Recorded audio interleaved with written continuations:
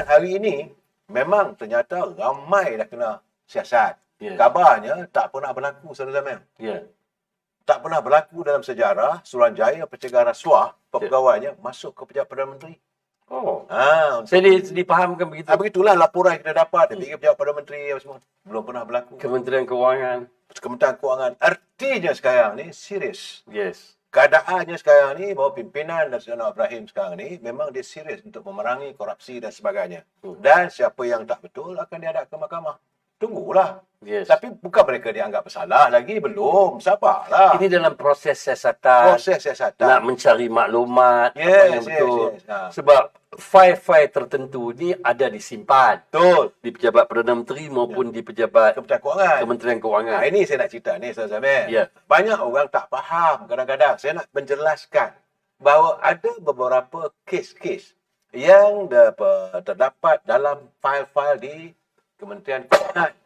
Ada case file-file itu yang diklasifikasikan sebagai rahsia. Jadi seseorang itu tak boleh, walaupun dia menteri pun dia tak boleh nak buka. Cuma banyak orang lupa. Bab Datuk Seri Anwar Ibrahim sebagai Menteri Kewangan, memanglah dia tak boleh nak buka fail tu, nak dedah pada orang. Tetapi sebagai atas merit dia sebagai Perdana Menteri, ada kuasa dia untuk diklasifikasikan fail itu. Itu cerita dia sekarang ni. Sebab itu sekarang ni, tumpuan dulu dia balon bagai nak rak Datuk Zahid. Datuk Zahid ni memang kena balon selalu kerana dia dilihat adalah orang yang bertanggungjawab. Menggagalkan langkah-langkah apa pun tak kisahlah.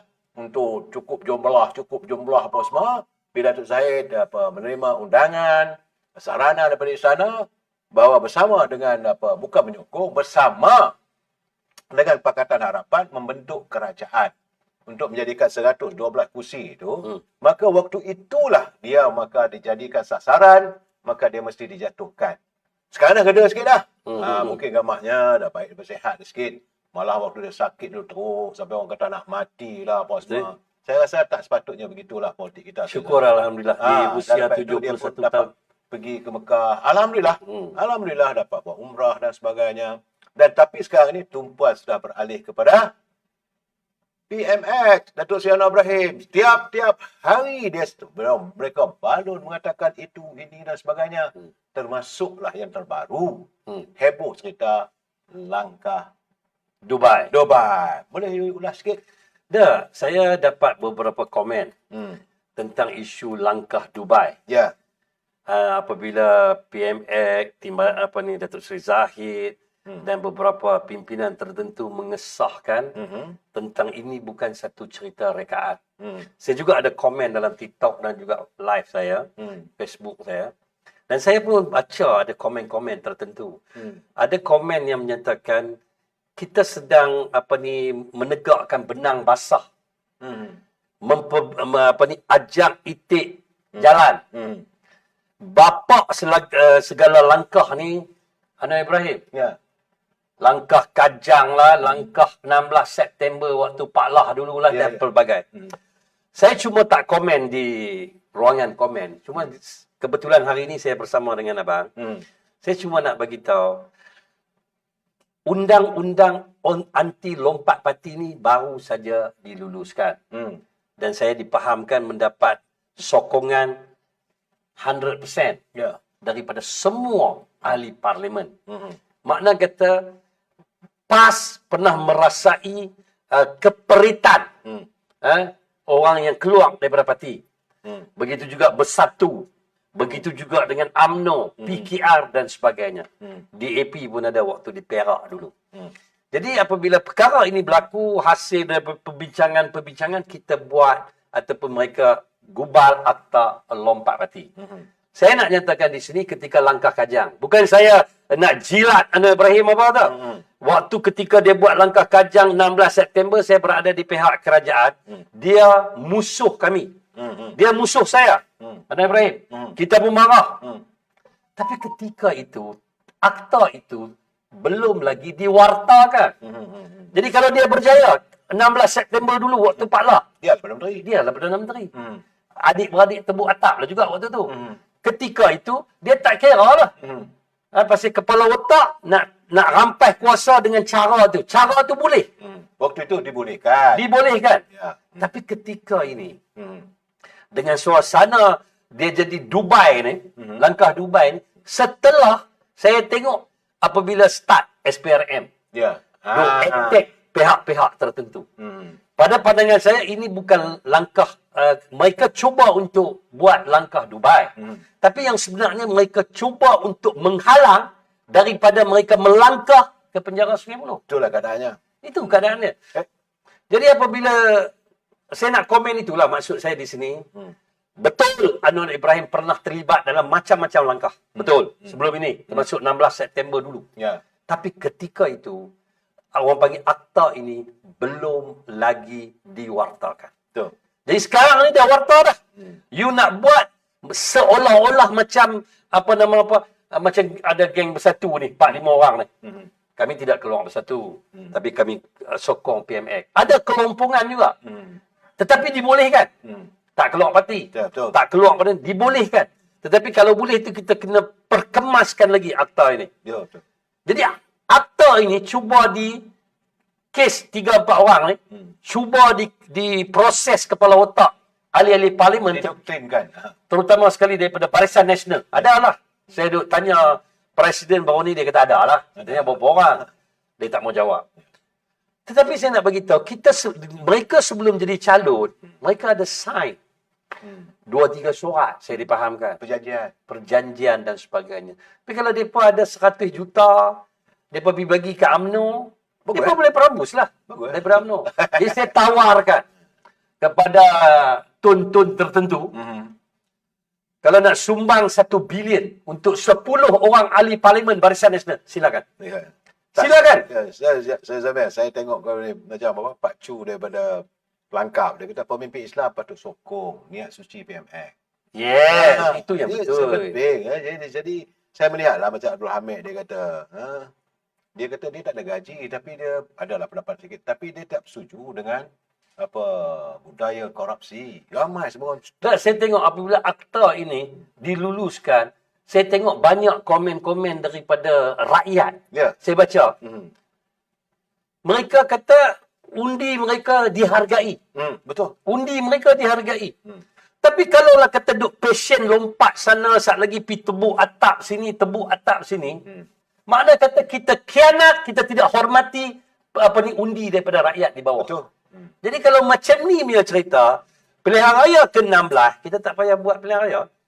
Kita buat passion ni. Passion tukar sana, kau ni main lompat sini, aku ambil hang ambil aku. Tapi sebenarnya saya merasakan bahawa langkah Dubai ini semata-mata untuk menyelamat diri sebenarnya. Itu yang betul. Bukan langkah-langkau lah. Melangkaui sampai ke Dubai. Dan dia di sini macam saya bagi tahu semalam. Ini bukan harga 300-400 ribu. Oh no. Ini bukan harga 1 juta. No. Sebab tun-tun tertentu, mereka ada wang melebihi daripada apa yang kita sangkakan. Betul. Dan mereka sanggup untuk biaya ahli-ahli parlimen yang bangang, yang bodoh ini. Dah, makna kata ahli-ahli parlimen, terutama sekali saya cakap bagi pihak, ataupun bukan bagi pihak ahli ataupun penyokong Barisan Nasional. Kalau macam ni punya ahli parlimen yang sanggup gadai, you orang dah sumpah, you orang dah sign untuk jadi calon Barisan Nasional apa-apa semua, 100 juta pun kami sanggup sign. Ya. Tapi kalau ada macam ni, saya nak minta lah, tun-tun tertentu ini, bagilah, sumbanglah 1 bilion kepada Barisan Nasional, ambil lah. Kami bagi, free lah. Free dengan cara apa? Kita hantar, bagi. Sebab kita ada perjanjian. Kalau tak ada perjanjian itu hal lain. Tapi pasal kita ada perjanjian. Dan saya nak minta lah sekali lagi. Semalam pun saya minta. Hari ni saya nak minta lah sekali lagi. Presiden ni, saya tahu macam abang selalu kata, dia di belah kiri dada dia 8. 3 ekar. 3 ekar belah dada belah sini. Cukup lah Presiden. Cukup lah. Bukan apa, sebab dia kadang-kadang dia terlampau bersangka baik orang pijak kepala. Sekarang ni orang nampak macam dia macam cuba ataupun sedang menjatuhkan UMNO. Kadang-kadang dia orang tak terfikir, tak teringat, dia sanggup hadapi 87 pertuduhan nak menyelamatkan UMNO. Nak menyelamatkan UMNO. Betul. Tetapi ketika itu lagi, ni petualang Jing Keprit ni masih ada dalam Barisan Nasional. Tapi dia masih lagi bagi mereka jadi calon. Ada yang menang, ada yang kalah, ada yang tak jadi calon, ada yang belah. Tapi dia terlampau belapang. Saya minta ni tutup sikit lah. Tadi awak 3 ekar. 3 ekar belah kanan, 3 ekar belah kiri. Bagi jadi 1 ekar. Bagi jadi bukan sebab apa? Sebab kita ahli di bawah. Saya sedih. Penyokong-penyokong di kawasan-kawasan tertentu, parlimen-parlimen tertentu di seluruh negara bertungkus lumus buat kerja macam nak mampus untuk memastikan calon ni menang. Apa perasaan sahabat-sahabat kita dari PAS daripada Bersatu apabila ahli parlimen Bukit Gantang umum saya sokong PMX. Walaupun PMX sekarang Perdana Menteri kita berada dalam apa perasaan mereka? Jadi begitu juga perasaan kita daripada Barisan Nasional kalau ada ahli parlimen macam Baral ni. Ya, ada 10 orang tu. Ada 10 orang, 12 orang lah, 13 orang. You nak, sebab itu saya minta kalau presiden ada lapang dada tu kecil sikit. umum nama. Bagi tahu kat dia orang jangan korang ajak dengan parti Barisan Nasional. Betul. Dia cakap macam tu. Bagi warning kalau you mau keluar, you boleh keluar letak 100 juta sebab ada perjanjian. Betul. Memang nampak macam pelik. Betul. Nampak macam janggal. Kena bayar 100 juta. Itu perjanjian yang kamu setuju. Ya. Ketika kamu nak jadi calon 100 juta, 200 juta, kamu sanggup sign. Jadi sekarang kalau kamu nak belah, letak 100 juta, mintalah kat tone tertentu. Bagi, boleh belah.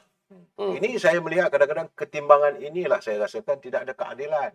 Rakyat melihat persepsi yang tak sepatutnya begitu. Kita harus berlapang dada, terima keputusan. Selagi seorang itu tidak dapati masalah, kita biarkanlah sebab kita bukan muhakim, kita bukan pengamat undang-undang. Sebab saya nampaklah sekarang ni kalau sesuatu itu terkena pada pimpinan daripada UMNO khususnya, siasat saja, dengar cerita saja siasat dah bersalah. Contoh presiden Contohlah presiden lah. Yeah. Begitu juga kalaulah dibawa ke mahkamah. Itu tak boleh mahkamah membebaskan kalaupun tak ada bukti sahih dan sebagainya. Mesti dijatuhkan hukuman bersalah. Kalau mahkamah membebaskan, mahkamah dia bersalah. Sedangkan kalau pembangkang bawa ke mahkamah, settle of the court, tidak bersalah. Saya bagi contoh. Saya bukan nak sebab contohnya DNA dilepaskan DNA discharge not amounting to acquittal. Okay. Ya.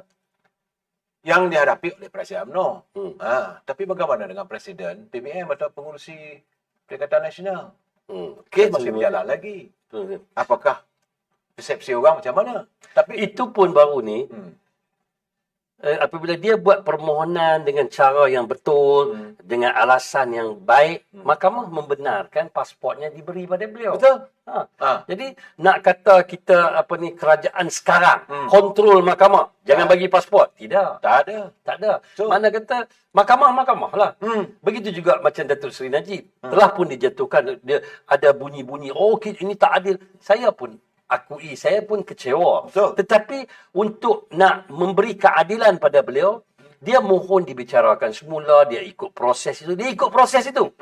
Dan dia pula tak kata ini sistem dah rosak apa semua. Dia cuma cakap keadilan untuk diri dia. Ada pembicaraan. Yes, dalam pembicaraan. Jadi ikut dia punya law dia lah. Macam pasport. Cubalah kata mahkamah tempoh hari tak bagi dekat Muhyiddin Yassin untuk pergi berubat lah, pergi melancuk. Zalimlah kerajaan ni. Itu cerita. Dan bagi saya begitulah. Kadang-kadang kita rakyat sendiri tidak berlaku adil. Tidak berlaku adil pada sesuatu kes. Saya bukan nak membela mana-mana. Dari dulu lagi saya mengatakan tidak ada seorang pun boleh dianggap bersalah melainkan dibuktikan oleh mahkamah. Yes. Satu bab.